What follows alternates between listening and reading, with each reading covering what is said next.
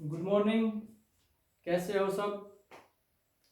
तो हमारी मॉडल्स की क्लासेस चल रही हैं और हमने 13 में से अपने 11 मॉडल स्टडी कर लिए हैं। सिर्फ हमारे दो मॉडल बचते हैं।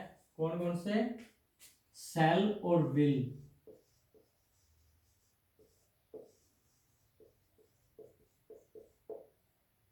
ये हमारी 7th क्लास है मॉडल की, ठीक है। और इसमें हमारे कौन से मॉडल बचते हैं? सिर्फ दो मॉडल बचते हैं, सेल और विल। देखो, सेल और विल कहाँ यूज करते हैं? सेल और विल को सबसे पहला यूज क्या है? सबसे पहला यूज फ्यूचर टेंस में यूज करते हैं हम इनको। फ्यूचर टेंस में क्या होता है? आई और वी। जब ये दो सब्जेक्ट होते हैं इनके साथ क्या आता है? सेल। बाकी जो भी बच गए सब्जेक्ट, चाहे कुछ भी हो, ही सी इट दे, सब के साथ क्या आएगा? विल। ठीक है। आई और वी के साथ सेल आएगा, बाकी सब के साथ क्या आएगा? विल। इसको हम और डिटेल में टेंस पढ़ेंगे ना तब करेंगे। फिलहाल के लिए इतना ही समझ लो कि सेल किसके साथ आता है? आई और वी के साथ। और बाकी जो भी सब्जेक्ट बच गए सभी के साथ क्या आएगा? विल। ठीक है, एक तो ये यूज है इसका। दूसरा देखो, जब भी हम सेंटेंस में विल यूज करते हैं और विल के साथ प्लीज यूज कर दें तो ये क्या बन जाएगी? पोलाइट रिक्वेस्ट बन जाएगी। जब भी हम विल के साथ प्लीज यूज कर दें तो ये पोलाइट रिक्वेस्ट बन जाएगी। देखो कैसे? Will you please lend me some money.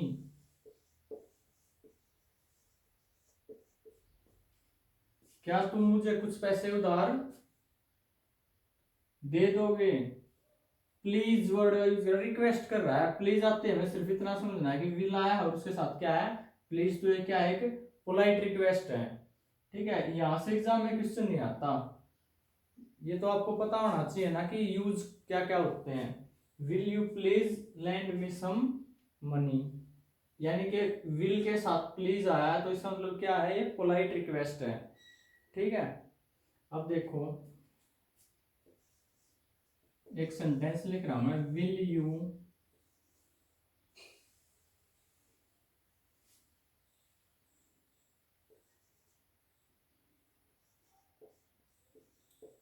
accompany with me to the cinema hall।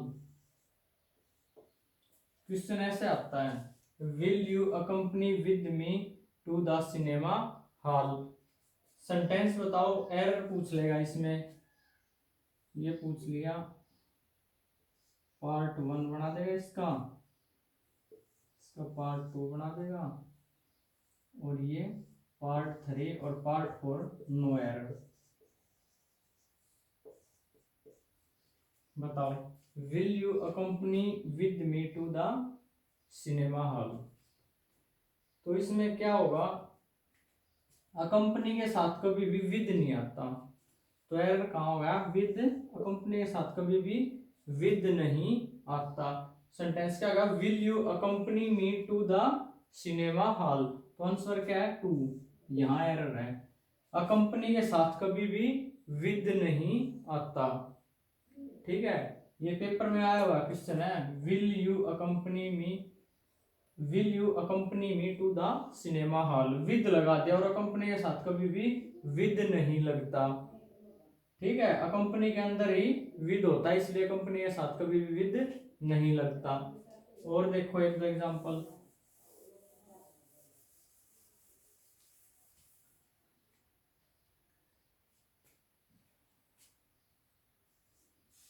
Suppose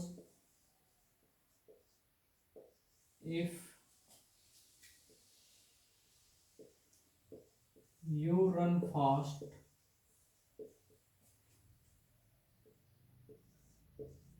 you will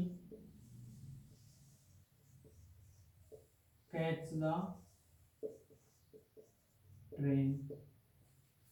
ये बताया था ना, इफ के तुरंत बाद वाला सेंटेंस प्रेजेंट इंडेफिनिट में आएगा, नेक्स्ट सेंटेंस फ्यूचर में आएगा। ठीक है, जब इफ के तुरंत बाद वाला सेंटेंस प्रेजेंट में आता है तो वही क्या देता है, फ्यूचर की सेंस देता है, और बाकी बचा सेंटेंस किस में आएगा, फिर फ्यूचर टेंस में। ठीक है, ये मैंने पढ़ा दिया था वुड पढ़ाते वक्त। अब इस सेंटेंस में देखो, ये बताओ सेंटेंस ठीक है या गलत है। Suppose if you run fast you will catch the train. बताओ, इस सेंटेंस में मैं बताता हूं, ये देखो, ये दे दिया फर्स्ट पार्ट, ये दे दिया सेकंड पार्ट, और यहां तक थर्ड पार्ट, फोर्थ है नो एरर। बताओ क्या आंसर होगा इसमें। सेंटेंस ठीक है या एरर है, बताओ।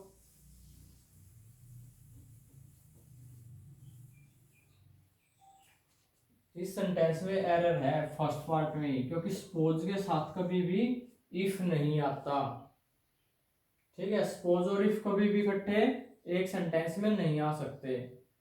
क्या होगा सेंटेंस, सपोज हटा दो, if you run fast you will catch the train.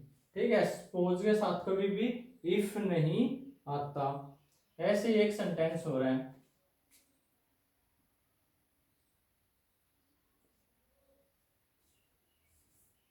वो लिख देगा अवेटिंग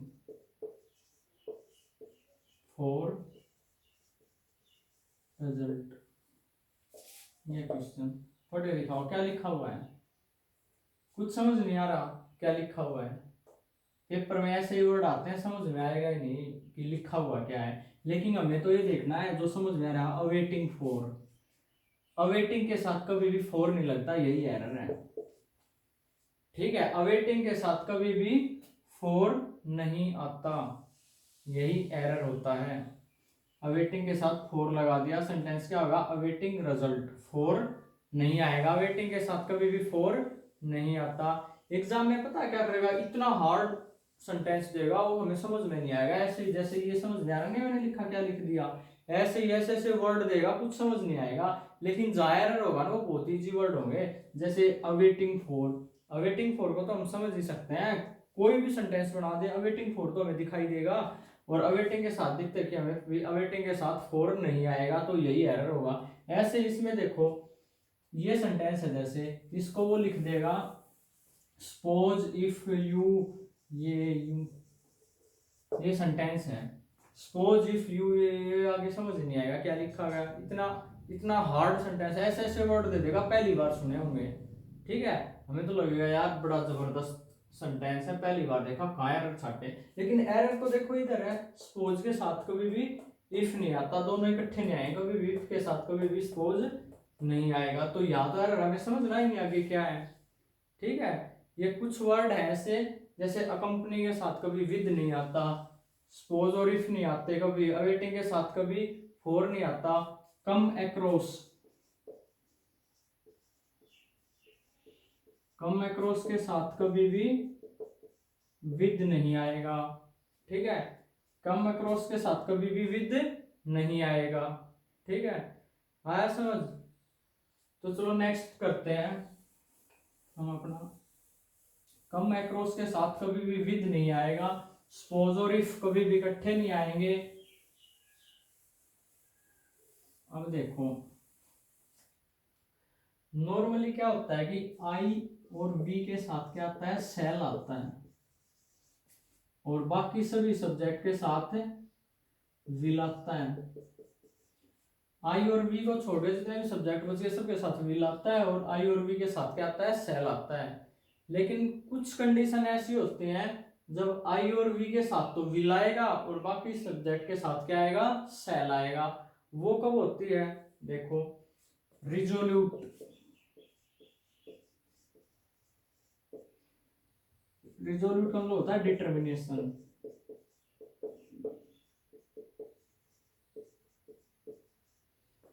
डिटर्मिनेशन, पक्का इरादा हो। जैसे मैं इसका एक फेमस एग्जांपल देता हूं जो बहुत बार पेपर में आता है, वी ब्लैंक डू और डाई। इसमें option first will, second shall, बस दो ही ऑप्शन। ठीक है, इसमें क्या आएगा, वी विल डू और डाई, हम करेंगे या मरेंगे। तो इसमें क्या है, पक्का इरादा है, इसमें क्या आएगा, विल आएगा, हम करेंगे या मरेंगे। आई बात समझ में। डिटर्मिनेशन जब पक्का इरादा हो, ठीक है, तो उसमें क्या आएगा, आई और वी के साथ तो विल आएगा, बाकी के साथ सेल आएगा। एक यही फेमस है जो बार बार पेपर रिपीट होता है, वी विल डू और डाई। ठीक है, वैसे हमने सबके साथ क्या लगाना है, आई वी के साथ सेल लगाना है और बाकी सभी के साथ विल लगाना है। यहीं से क्वेश्चन आता है मोस्टली। ठीक है, सिर्फ ये एक क्योट है, वी विल डू और डाई। जब हम पक्का इरादा करते हैं ना कि ऐसा तो मैं करके ही रहूंगा, जब किसी से पक्का वादा करते हैं, पक्का इरादा करते हैं, तो उसका मतलब आई और वी के साथ हम क्या करेंगे, विल का यूज करेंगे और बाकी सब के साथ हम सेल का यूज करेंगे। ठीक है, ये था एक छोटा सा पॉइंट। रिजोल्यूट का मतलब होता है डिटर्मिनेशन। ठीक है, अब एक पॉइंट और देखो, क्या होता है, कभी भी नेचर से रिलेटेड जो चीज है ना, नेचर से रिलेटेड जो चीज है, ठीक है, उनके साथ कभी भी हम एक्सचेंज नहीं कर सकते। ये कि आई और वी के साथ हम विल लगा दें और बाकी सब्जेक्ट के साथ सेल लगा दे। जो भी नेचर से रिलेटेड चीज होगी ना, उसमें तो यही आएगा, आई और वी के साथ सेल और बाकी के साथ विल। जैसे द फ्लावर्स सेल ब्लूम, भाई फूल है खिलेंगे, ये तो नेचर प्रकृति है, तो यहाँ सेल गलत होगा, यहाँ विल ही आएगा। ठीक है, जैसे he shall be 18 next year, वह अगले साल 18 का हो जाएगा। भैया 18 का तो होगा ही, वो अगले साल, उससे अगले साल 19 का भी होगा, तो सेल नहीं आएगा, तो विल ही आएगा। ठीक है, एक्सचेंज कब करना है, आई और वी के साथ विल कब आएगा, वो जब आएगा जब हम कोई पक्का डिटर्मिनेशन करते हो। ठीक है, आया समझ, जैसे वी विल डू और डाई आया। तो हमारे मॉडल्स कंप्लीट हो गए हैं, 13 के 13 मॉडल हमने एक एक को अच्छी तरह से स्टडी कर लिया है, डिटेल में स्टडी किया है। इसके बाद मॉडल के ऊपर मैं 2 वीडियो और बनाऊंगा। नेक्स्ट वीडियो तो ऐसी होगी कि हम 13 के 13 मॉडल एक ही वीडियो में पढ़ेंगे।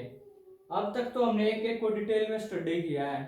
ठीक है, अब पॉइंट टू पॉइंट पढ़ेंगे उस वीडियो में, क्योंकि इतना टाइम तो आपके पास होगा नहीं कि बार बार इतनी वीडियो देखो। तो एक ही वीडियो के अंदर हम सारे मॉडल्स पढ़ेंगे 13 के 13 नेक्स्ट वीडियो में। और उसके बाद एक वीडियो और बनाएंगे, उसमें क्या होगा, प्रीवियस ईयर के मॉडल के जितने भी क्वेश्चन है ना, वो सब स्टडी करेंगे। उसमें प्रीवियस ईयर में जो भी क्वेश्चन आए होंगे वो पढ़ेंगे। ठीक है, हमारे मॉडल्स कंप्लीट हुए और नेक्स्ट 2 क्लासेज और होंगी मॉडल्स की। एक में तो कंप्लीट मॉडल करवाऊंगा 13 के 13 मॉडल एक ही वीडियो में, और उससे नेक्स्ट में क्या होगा कि जितने भी प्रीवियस ईयर के क्वेश्चन होंगे ना वो पढ़ेंगे हम। ठीक है, तब के लिए बाय।